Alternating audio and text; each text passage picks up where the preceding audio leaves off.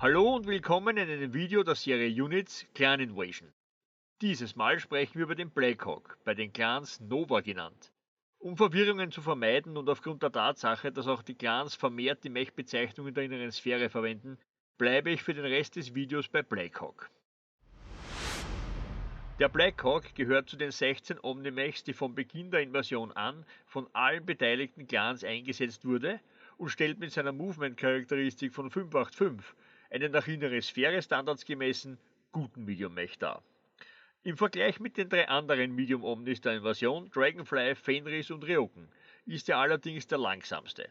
Da beim Blackhawk sowohl auf Endosteel als auch auf Ferrofibers Panzerung verzichtet wurde, ist er weder überdurchschnittlich gepanzert, er ist 40 Punkte unter dem theoretischen Maximum, noch verfügt er über großen Botspace. Mit 16 freien Tonnen für Waffenlast ist er bestenfalls Durchschnitt. Fairerweise muss man aber sagen, dass die fixen Sprungdüsen weitere 2,5 Tonnen Gewicht belegen und er standardmäßig bereits über 14 Doppelwärmetauscher verfügt, was seinen Botspace also auf 22,5 Tonnen bringen würde, was nur eine Tonne weniger als der 5 Tonnen schwerere Ryoken ist. Seine Panzerung ist ausreichend, um auf jeder Location einen Gauss-Treffer einstecken zu können, ohne dass die Panzerung durchschlagen wird. Natürlich nicht am Kopf, aber das muss, denke ich, nicht extra erwähnt werden. Da überraschend viele Varianten des Blackhawk ihre Stärken eher im Fernkampf haben, könnte man jetzt gegen die fixen Jumpjets argumentieren. Allerdings kann er damit sehr schnell eine günstige Feuerposition einnehmen. Auch sind sie sehr hilfreich, wenn er einmal einen raschen Stellungswechsel vornehmen muss. Seine Konkurrenten muss er sich natürlich unter den anderen Clan-Mechs suchen, da er jedem Zeitgenossen der inneren Sphäre überlegen ist. Es mag schnellere, besser gepanzerte oder auch besser bewaffnete Mechs der inneren Sphäre geben, aber keiner stellt ein so komplettes Paket dar wie der Blackhawk. Die anderen Clan 50 Tonner sind da schon ein anderer Fall. Der andere Omni, der Noborinin, hat bei gleicher Bewegungscharakteristik mehr Podspace und mehr Panzerung. Auch kann er mit einigen durchaus kampfkräftigen Varianten aufwarten. Vorausgesetzt natürlich, man spielt einen Clan, der Zugriff auf diesen Mech hat. Ein Problem, das es mit dem Blackhawk, der von allen Clans aufgestellt werden kann, nicht gibt. Bei den Secondlinern stellt der Hellhound eine Klasse für sich dar. Beweglicher und besser gepanzert führt er auch noch einen klaren Large Pulse Laser, was ihn zum Albtraum aller Scouts macht. Allerdings lässt sein Backprogramm etwas zu wünschen übrig. Der Hunchback 2C ist mit seiner All-or-Nothing-Philosophie nur schwer einzusetzen. Allerdings ist er nach PV wesentlich günstiger als die Invasionsvarianten des Blackhawk. Natürlich muss man Clan-Mechs eher in ihrer Kostengruppe vergleichen als in ihrer Gewichtsklasse. Wir werden darauf bei den Varianten näher eingehen. Schauen wir uns die einzelnen Varianten an. Mit der Prime-Variante kommt ein Mech aufs Spielfeld, der, wenn es um Schadenspotenzial geht, jeden anderen Medium-Mech außer andere Blackhawk-Konfigurationen in den Schatten stellt. Wenn er 5 Felder weit springt, kann er noch 7 eher Medium-Laser abfeuern und bleibt mit 4 Overheat noch unter den schädlichen Hitzeauswirkungen. Sollte er laufen, reduziert sich das auf eine Overheat. Für den Schaden ein gutes Geschäft. Man muss sich in diesem Zusammenhang vor Augen führen, dass der Clan eher Medium Laser dieselbe Reichweite wie ein Innos 4 Large Laser hat, dabei 3 Wärme weniger macht, aber nur einen Schadenspunkt weniger. Ein Innos 4 Mech müsste für vergleichbaren Schaden also 7 Large Laser abfeuern, was nicht nur 56 Wärme produzieren würde, sondern zusammen mit den nötigen Wärmetauschern auch 81 Tonnen Gewicht verbraucht. Selbst für 100 Tonner völlig sinnlos. Durch die Kombination von guter Beweglichkeit und hohem Schadenspotenzial ist er eine ernsthafte Bedrohung für campende Fire-Supporter wie Longbow oder Thunderhawk. 3 eher Medium-Lasertreffer genügen, um einen Pilotenwurf auszulösen. Gehen wir von einem Angriff mit Running aus, kommt der Blackhawk bei einem stehenden Ziel in einem Heavy Boot Hex im Short-Bereich auf eine To-Hit-Number von 8, was mit einer Trefferchance von ca. 43% schon ziemlich unangenehm ist.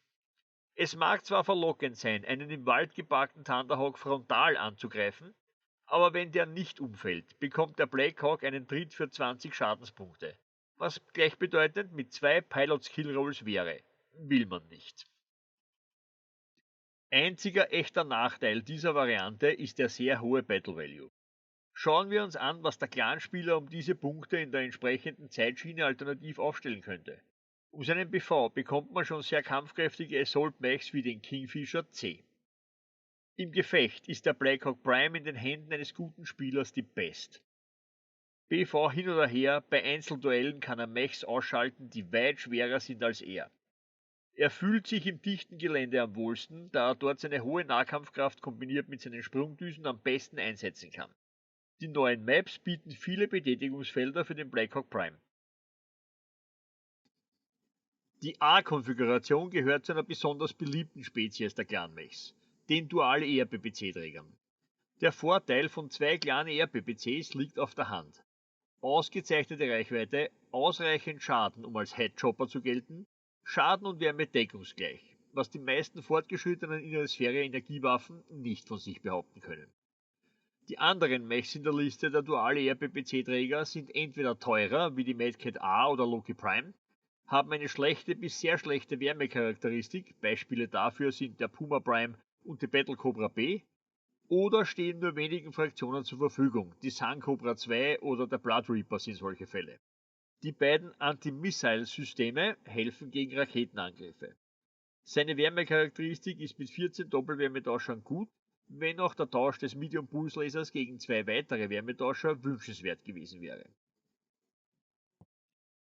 Die Konfigurationen B, C und D stellen drei verschiedene Bewaffnungen, die weder Spezialisierungen darstellen, noch in ihrer Zusammenstellung herausragen. Ihre Vorteile liegen eindeutig in den Bereichen Wärmecharakteristik, da keine der drei Varianten selbst bei zwei Reaktortreffern Overheat produziert, und im Battle Value. Alle drei sind für Clan Medium Mechs sehr billig. Nur wenige Mechs in oder unterhalb ihres BV-Bereichs haben die Panzerung des Blackhawk. Auch wirklich kampfkräftige Clan-Mechs sind unter 1500 BV nur mehr schwer zu finden. Der Preis dafür ist ein sehr schlechtes Schadenspotenzial. Alle drei kommen nur mit Mühe auf die für einen Pilotenwurf erforderlichen 20 Schadenspunkte. Im Kampf gegen innere Sphäre-Truppen können sie den Reichweitenvorteil ins Spiel bringen. Gegen andere Clan-Truppen sind sie nur sehr begrenzt nützlich, vor allem wenn man clanmäßige Einzelduelle spielt. Die meisten anderen Clan-Medium-Mechs sind ihnen in einer Kombination aus Feuerkraft, Panzerung und/oder Geschwindigkeit überlegen. Die E-Variante bringt, wie üblich, einen ATM-Launcher, Advanced Tactical Missile Launcher, auf den Blackhawk. In diesem Fall die ATM-12. In Kombination mit den drei eher Medium-Lasern stellt er eine sehr gute Alternative zur Prime-Konfiguration dar. Selbst jumpend reichen die Wärmetauscher aus, um beim Einsatz aller Waffen keine Overheat zu erzeugen. Auch der Battle Value ist um fast 600 Punkte niedriger. Der ATM-Launcher bringt auch noch den Vorteil einer weitreichenden Waffe mit sich, der Blackhawk E kann also viel früher ins Gefecht eingreifen als die Prime-Konfiguration. Eine echte Schwachstelle stellen natürlich die 6 Munitionsslots im rechten Seitentorso dar. Ein einziger Treffer kann ihm mehr als die halbe Feuerkraft kosten. Man muss ihn also möglicherweise frühzeitig zurückziehen und sich auf die ER-Munition verlassen. Einen besonderen Platz nimmt die Konfiguration H ein. Sie gehört zu der seltenen Gruppe von Mechs, die es schaffen, einen automatischen Shutdown zu produzieren. Ich habe aber mehr als einen Spieler gesehen, dessen Assault Mech von einem Blackhawk H im Rücken bedroht wurde und der bei dem Wort Alpha einen Schweißausbruch erlitten hat. Mögliche 100 Schadenspunkte sind eine Klasse für sich, allerdings sollte man diese Fressschachtaktik nur gegen Ende des Spiels anwenden, denn der Blackhawk muss treffen.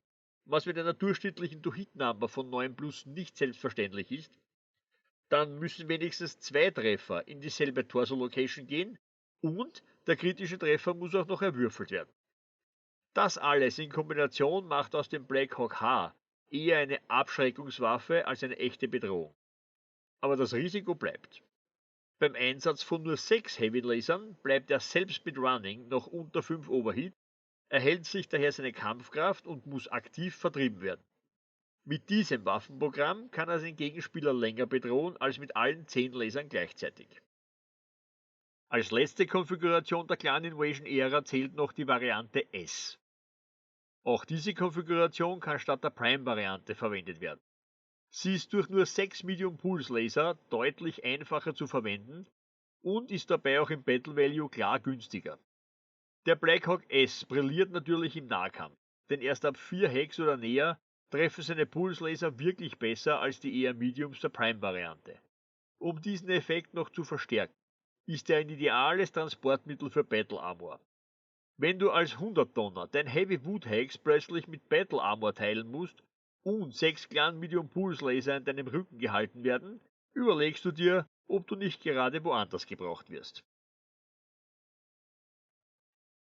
Der Black Hawk stellt im Großen und Ganzen einen brauchbaren, wenn auch nicht ausgezeichneten Mech dar, der in einem Clanstern je nach Konfiguration verschiedene Aufgaben übernehmen kann. Wenn man nicht erwartet, dass er das Spiel alleine entscheidet, kann er sich durchaus behaupten. Die Erfahrung hat gezeigt, dass der Black Hawk umso unauffälliger wirkt, je größer das Gefecht ist. In einem Trinärstern geht er zwischen den Superstars wie Mad Cat, Daishi oder Ryoken unter, bis er plötzlich in deinem Rücken auftaucht und deine Weltherrschaftspläne zunichte macht.